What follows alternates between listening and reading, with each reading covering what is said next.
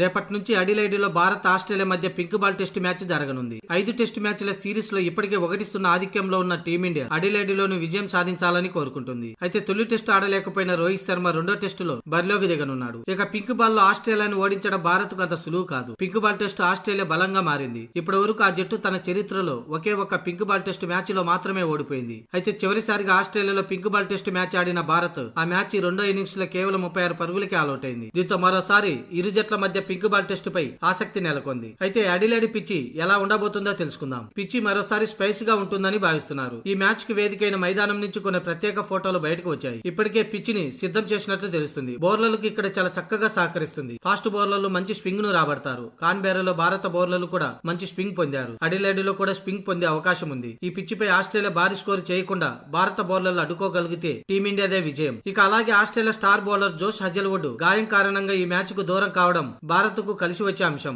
గతంలో ఈ మైదానంలో టీమిండియాను 36 పరుగులకి ఆల్అౌట్ చేయడంలో హజల్వుడ్ కీలక పాత్ర పోషించాడు. అయితే ఈ మ్యాచ్ కి అతడు అందుబాటులో లేకపోవడం టీమిండియాకు కలిసి వచ్చే అంశమే. అలాగే ఈ మైదానం చదరపు సరిహద్దులు చాలా చిన్నవిగా ఉంటుంది. ఇలాంటి పరిస్థితుల్లో దీన్ని సద్వినియోగం చేసుకోవడంలో భారత బ్యాట్స్మెన్లు రాణిస్తే ఆస్ట్రేలియాకు సవాల్ విసిరే అవకాశం ఉంది. మామూలుగా అయితే అడిలైడ్ పిచ్చి బ్యాటర్లకు స్వర్గధామం. కానీ పింక్ బాల్ డే నైట్ లో జరుగుతుంది కాబట్టి ఫ్లడ్ లైట్లు ఆన్ లో ఉన్నప్పుడు బంతి మరింత స్వింగ్ అవుతుంది. అంటే ముందుగా బ్యాటర్లకు సహకరించిన ఆ తర్వాత అంటే ఫ్లడ్ లైట్ వెలుతురులో బౌలర్లకు సహకరిస్తుంది. ముఖ్యంగా స్వింగ్ అవడం ఈ పిచ్చిపై ఎక్కువగా జరుగుతుంది.